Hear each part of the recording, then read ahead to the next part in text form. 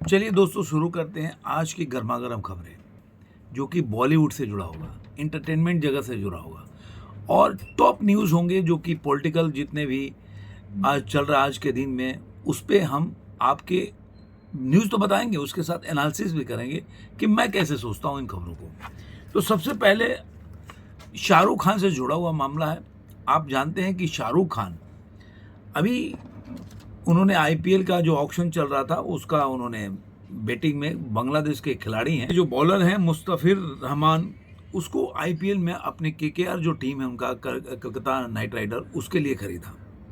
करीब के 9 करोड़ से ऊपर का उन्होंने उसके लिए वो किया, लेकिन उसके बाद से विरोध बहुत होने लगा और विरोध तब शुरू हुआ जो संगीत सोम है जो कि सांसद भी हैं बीजेपी के, उन्होंने इसके ऊपर बड़ी-बड़ी बातें बोली और शाहरुख खान को गद्दार तक बोल दिया कि जो बांग्लादेश में आज की स्थिति जो चल रही है, जो देख रहे हैं कि किस तरह से वहाँ हिंदू लोगों के साथ कैसे क्या-क्या किया जा रहा है, हिंदुओं को कैसे प्रताड़ित किया जा रहा है, इस तरह की खबरें, उनकी पूरे हिंदू की संपत्ति को जलाया जा रहा है। तो ये जो चल रहा है बांग्लादेश में, उसके बावजूद भी बांग्लादेश के किसी की क्रिकेट खिलाड़ी को आईपीएल में लेना ये अपने आप में अच्छी बात नहीं है उनके हिसाब से।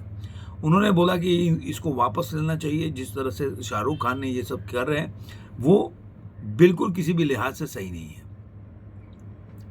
अब सवाल ये उठता है कि इसके ऊपर कंट्रोवर्सी कैसे हो गई।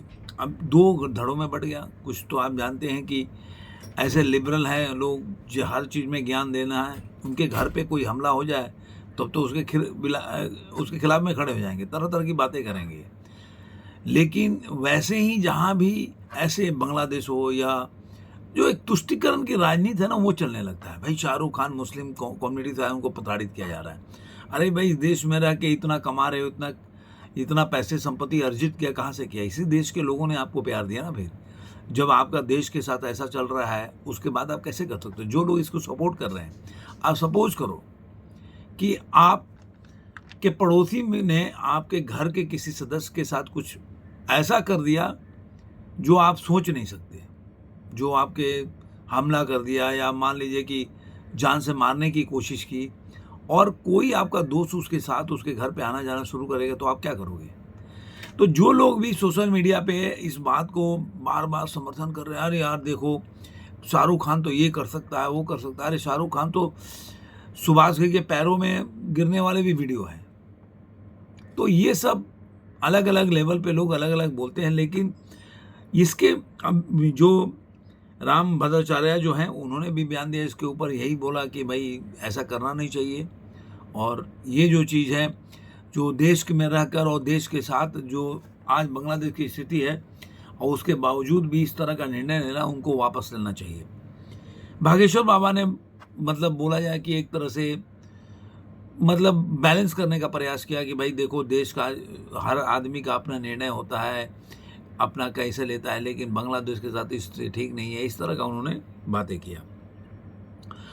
अब देखते हैं कि इसमें शाहरुख खान क्या करते हैं आगे, क्या नहीं करते, लेकिन शाहरुख को इस देश ने बहुत कुछ दिया है। जब शाहरुख खान के बेटे के साथ जब हुआ था, जो भी पुलिस कस्टडी में गए थे, तो वो कैसे पीछे पड़ गए थे कि और उनके समर्थक कैसे पीछे पड़ गए थे। तो कहने का मतलब क्या है कि जब अपने पे गुजरती है तब सारा जो आपका ज्ञान होता है ना, वो गायब हो जाता है। तब आपको ये नहीं लगता कि भाई जो मानखड़े साहब हैं उन्होंने गलत किया कि सही किया, या वो तो अपने ड्यूटी निभा रहे थे, उसको अलग रखना चाहिए। तब आप पर्सनल हो गए थे। तो ये जो चीज़ है ना, वो मतलब लोग जो शाहरुख खान के फैन लेके चले हैं, तो वो तो मतलब शाहरुख खान अगर कुछ भी कर दे तो क्या ही बोलूँ, मेरे पास शब्द नहीं है। तो लोग उस तरह से अपने पता नहीं, चलिए छोड़िए, आगे बढ़ते हैं। उसके बाद दूसरी खबर है जो दृश्यम 3 को लेकर काफ़ी, जो आपने देखा होगा, दृश्यम 3 को लेकर काफ़ी न्यूज़ आने लगा कि अक्षय खन्ना जो है इस फिल्म में काम नहीं कर रहे हैं और जो अभिषेक पाठक से लेकर जो कुमार मंगत है, इसके ऊपर काफ़ी आरोप लगाया अक्षय खन्ना के ऊपर कि पहले खबरें आने लगी कि भाई लुक को लेकर, फीस को लेकर उनको लगा कि नहीं भाई मेरा लुक चेंज होना चाहिए, फीस थोड़ा बढ़ा दें धुरंधर के हिट होने के बाद। लेकिन वो खुद भी बोल रहे हैं कि धुरंधर के रिलीज होने के एक दिन पहले, कभी बोले एक दिन पहले, कभी बोले 3 दिन पहले उन्होंने फिल्म को छोड़ दिया। तो फिल्म धुरंधर से तो कोई प्रभाव ही नहीं पड़ता। अब वो बोल रहे हैं कि धुरंधर देखने के बाद उनको आइडिया लग गया था कि पिक्चर चल जाएगी, तो चल जाएगी, तो उन्होंने फीस बढ़ा दिया। तो इसमें फीस बढ़ा देना कौन सा बड़ा बात है? अब एग्रीमेंट, वो बोले ये एग्रीमेंट तोड़े तो केस में भी जाएंगे।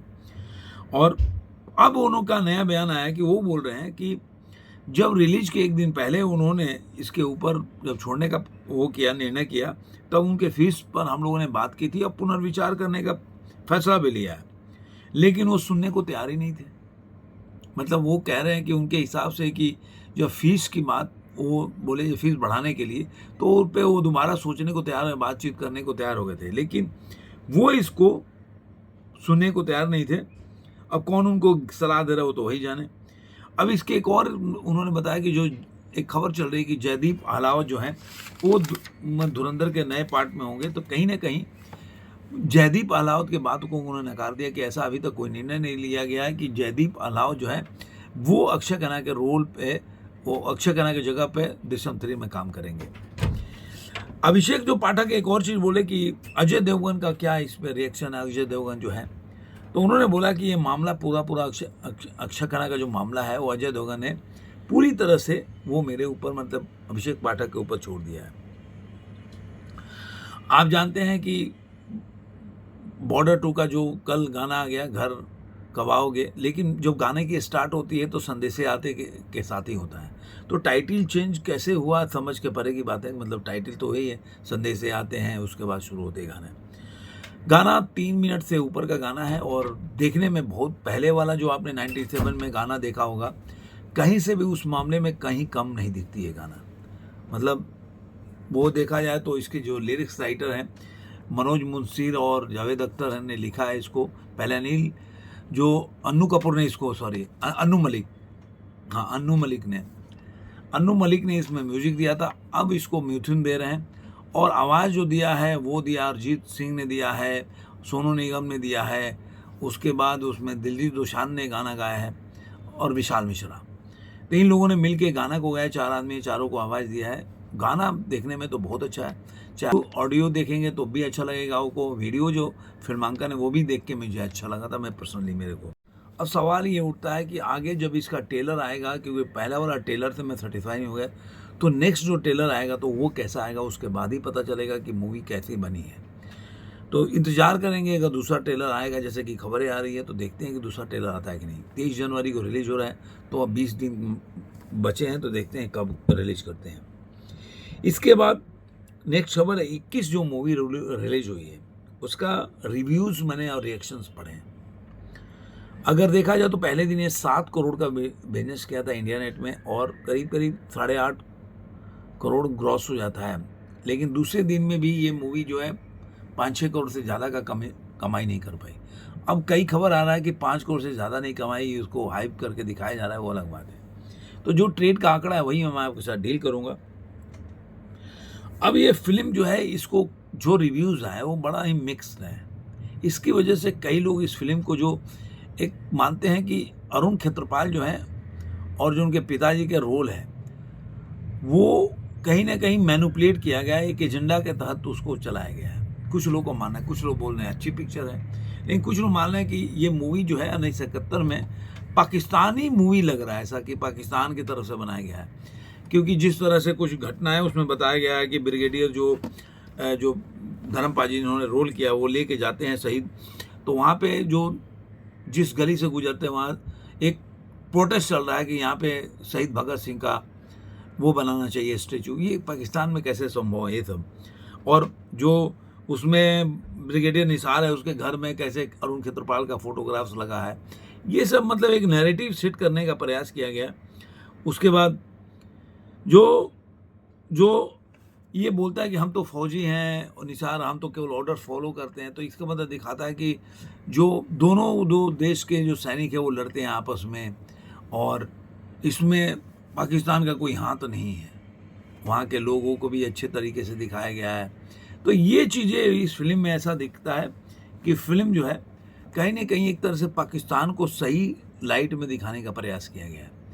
मुझे बहुत डिसअपॉइंटमेंट हुआ, क्योंकि मैं मानता हूँ मेकिंग जो है इनका थोड़ा सा अच्छा है जो श्री राम राघवन का, लेकिन अब इसका जो रिएक्शन है वो थोड़ा बड़ा 70-60% बोल सकते हैं लोगों ने ऐसे ही बात बोली है। फीस में देखा जाए तो जो इस बजट इसका 60 करोड़ था, तो मुझे लग रहा है पिक्चर जो है नहीं चल पाएगी। अब आते हैं कि जो थालापति विजय की मूवी, जो लास्ट मूवी ये लास्ट मूवी है, क्योंकि वो अब पॉलिटिक्स में पूरी तरह से जा रहे हैं, और ये मूवी है जो आपको 9 जनवरी को रिलीज हो रही है, थालापति। अब ये जो मूवी है जननायक, वो हिंदी में जननेता के नाम से रिलीज होगी। अब इसमें 2 खबरें, एक जो जैसन साइज के एक्टर हैं, उन्होंने बॉबी देओल के बारे में एक इंटरव्यू के दौरान बहुत अच्छी अच्छी बातें बोली। एक तो सबसे पहले उन्होंने अपने बारे में बताया कि उनका रोल कैसा है, और उन्होंने बताया कि वो एक्टिंग को कैसे लेते हैं, और उन्होंने जो बॉबी देओल है उन्होंने क्या सीखा। उन्होंने बोला कि जब मैं पहली बार बॉबी देओल से मुलाकात की, क्योंकि उनका इसलिए जिक्र किया क्योंकि इसमें राइट हैंड बने हैं बॉबी देओल के। बॉबी देओल जो मेन विलेन का रोल कर रहे हैं उसमें ये राइट हैंड बने हैं। तो वो बोल रहे हैं कि बॉबी देओल भले ही बड़े स्टार हैं, लेकिन उन्होंने सेट पे ऐसा कुछ भी नहीं, ऐसा नहीं लगता था, एकदम डाउन टू अर्थ हैं, बहुत घुल मिल कर रहते हैं। उन्होंने बोला कि जब भी मैं कोई पिक्चर करता हूँ तो लगता है ये मेरी आखिरी पिक्चर है, उस तरह से मैं काम करता हूँ। तो उन्होंने बोला है कि मैं तो डायरेक्टर जो कहता है वैसे कहता हूँ, जैसे कुम्हार मिट्टी की तरह हो रहता हूँ, जो कुम्हार जैसे मोल्ड करता है वैसे हो जाते हैं। तो ये चीज़ें उनकी अच्छी लगी। बॉबी देओल के बारे में, बॉबी देओल का रोल बहुत अच्छा, उनसे कुछ सीखने को मिला, ये सब बताया। ये फिल्म में बॉबी देओल का जो रोल है वो ऐसा स्ट्रॉन्ग बताया जा रहा है कि बहुत अच्छा रोल है। अब जब टेलर आएगा तब पता चलेगा। टेलर तो कोई फुल फ्लेजेज ऐसा कोई टेलर अभी तक आया नहीं, तो जब टेलर ऐसा आएगा तब पता चलेगा कि बॉबी देओल का कितना स्क्रीन स्पेस दिया गया, टेलर के हिसाब से पता चल जाएगा।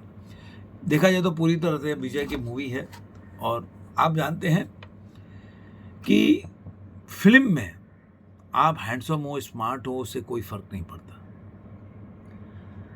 आप कैसे चल जाते हैं। आप देखिए विजय, न इस बंदे को डांस आता है, न एक्टिंग आता है, कुछ नहीं आता, एक स्टारडम उठा देते हैं ना, जिससे हो रहा विजय विजय विजय विजय चल रहा है।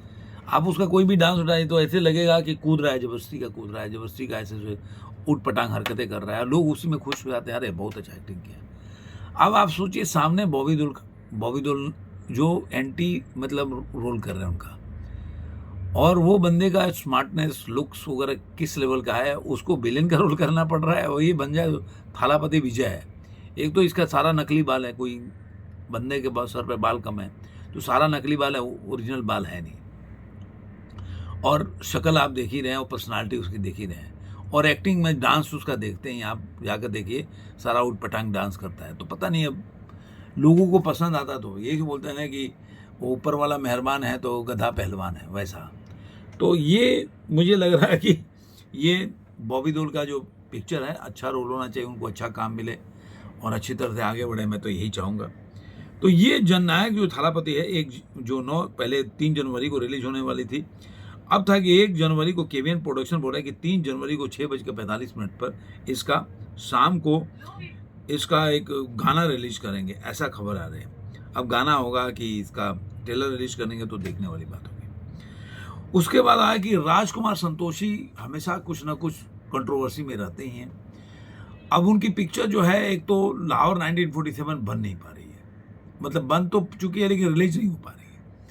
आप सोचिए कि मूवी को पिछले साल अगस्त में रिलीज होना था, और अभी तक इसके बारे में कहीं दूर दूर तक खबर नहीं है कि मूवी रिलीज होगी, कब बनेगी, क्या बनेगी, कुछ भी पता नहीं।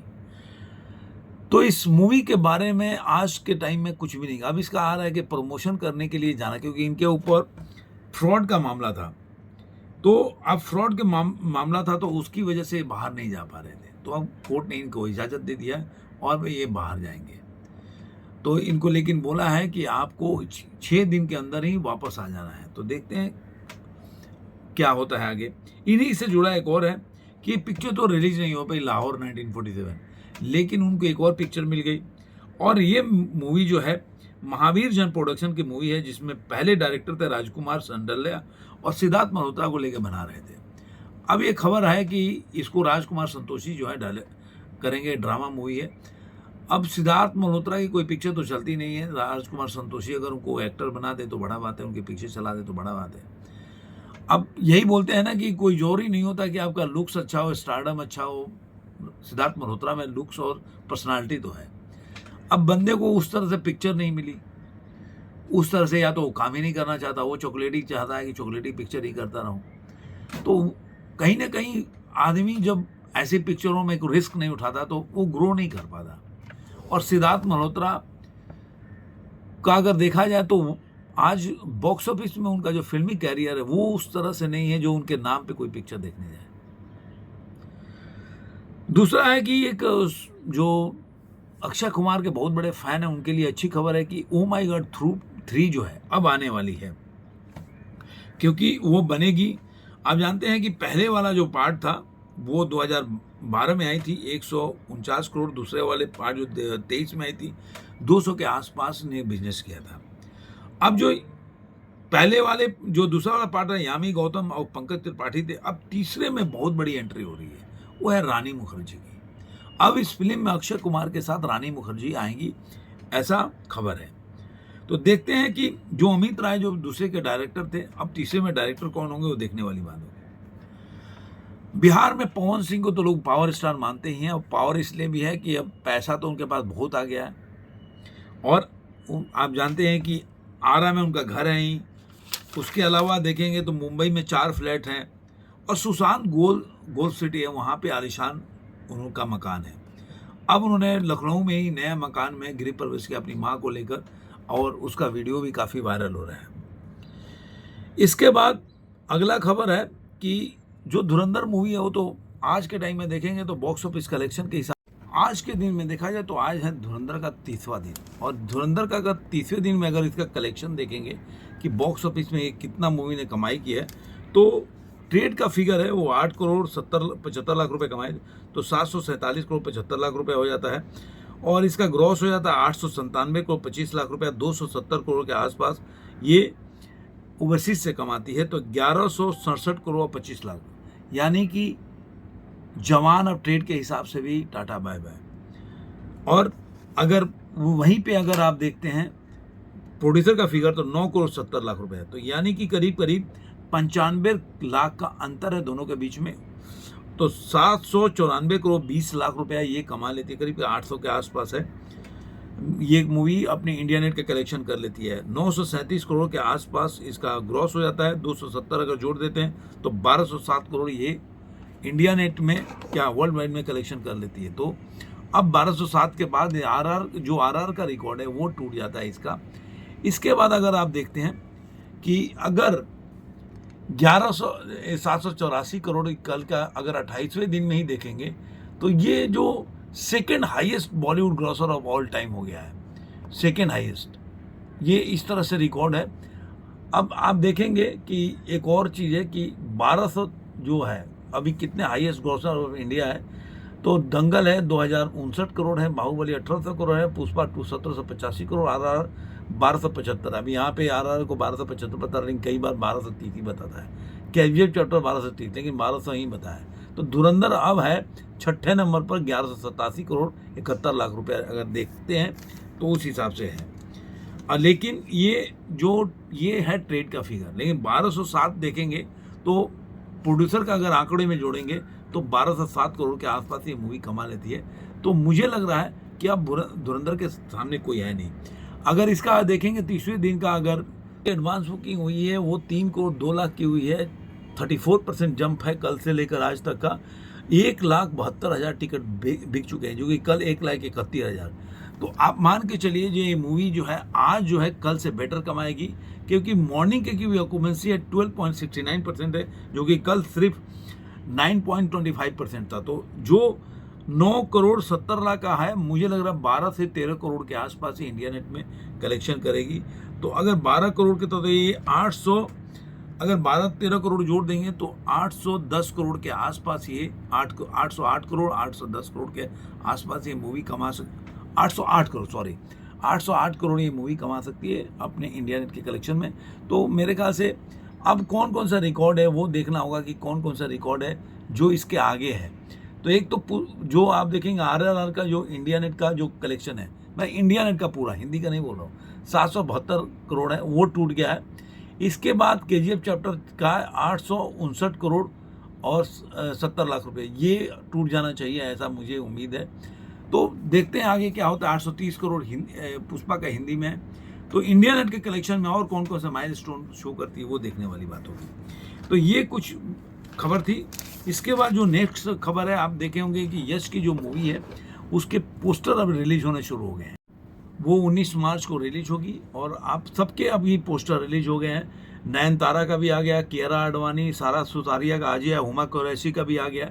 सबके पोस्टर जो रिलीज हो चुके हैं। ये टॉक्सिक का देखेंगे तो देखते हैं कि ये मूवी का जो अब जो जिस तरह से काफ़ी टाइम हो गया, जो अगर देखेंगे यश का 2023 केजीएफ चैप्टर 2 के बाद कोई भी पिक्चर यश की नहीं आई है। 2023 का 22 समझ लीजिए, उसके पहले उसके बाद से कोई पिक्चर ही नहीं आई।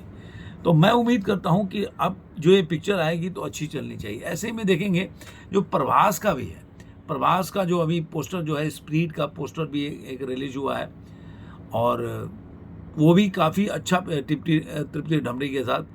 तो मुझे लग रहा है वो भी काफ़ी अच्छा, मतलब आज के टाइम में, मतलब 2026 देखेंगे तो काफ़ी ऐसी पिक्चरें जो आ रही हैं जो काफ़ी बड़े लेवल पे बॉक्स ऑफिस पे कलेक्शन कर सकती है। इतना दम रखती है। अब कितना कलेक्शन करेगी वो तो आने वाले दिन में पता चलेगा। इधर लालू यादव की मुश्किलें कम होने का नाम नहीं ले रही है। लालू यादव के नए घर का जो है, उनका क्वार्टर का उद्घाटन हो रहा था कौटिल्य नगर में। लालू यादव ने नया घर बनवाया। अब इसको लेकर एक बिहार में बखेड़ा खड़ा हो गया। अब जो बीजेपी के जो डिप्टी सीएम है, उन्होंने आरोप लगाया जो कि ये वही है जॉब के बदले जो ज़मीन के बदले जॉब वाला नौकरी, वो केस में पैसा कमाया हुआ। अगर इसकी जांच होगी कहाँ से पैसा आया, कैसे आया, इतने पॉश इलाके में कैसे, जो लोग बोलते थे कि तो क्वार्टर में हम रह सकते हैं, क्वार्टर में रहना चाहिए, बड़े घर की क्या जरूरत है, आज वो इतने बड़े बड़े आलीशान घर में कैसे रहते। तो ये कोई लालू यादव के लिए इसे बोल के कोई मतलब नहीं है। जो जिसका पूरा अगर देखेंगे इतिहास ही वैसा रहा है, जो पूरा उसका बंदे का जीवन काल ही वैसा है। जब से मुख्यमंत्री बना तो केवल लूट खसोटी किया है बंदा। तो उसके लिए अभी बोल के भी क्या ही बोल सकते हैं। जो आदमी को इसकी शर्म नहीं है और उसके बावजूद भी उसके चाटुकार लोग बैठ के बोलते हैं जा रहे यार लालू यादव जो लोगों को पैर पर नहीं झुकाते। दूसरे कोई अगर किसी का पैर छुएगा तो बोलेंगे देखो उसका पैर छू रहा है, नेता उसको झुका रहा है। लेकिन लालू यादव, मतलब कई आपको वीडियो मिल जाएगी, कुर्सी पे बैठा हुआ है बंदा जो है, उसके सामने से निकल के और वो कुछ गिफ्ट देने का प्रयास करता है, वो सामने से कुछ नहीं करता, वो जवाब भी नहीं देते। तो और उनके लड़के के जब वो खाली किए थे अपना डिप्टी सीएम, जब नीतीश कुमार इधर आ गए थे और सरकार चली गई थी आरजेडी और जेडीयू का, उस समय जब इनके घर पे गया, उसके बाद घर पे देखा कि बाथरूम कितना बड़ा है, मतलब आप समझिए कि एक फ्लैट के बराबर तो बाथरूम था बंदे का। तो वैसे लोग को बोल के कुछ भी मुझे नहीं लग रहा कि कोई मतलब है और उसे कोई फर्क पड़ने वाला है।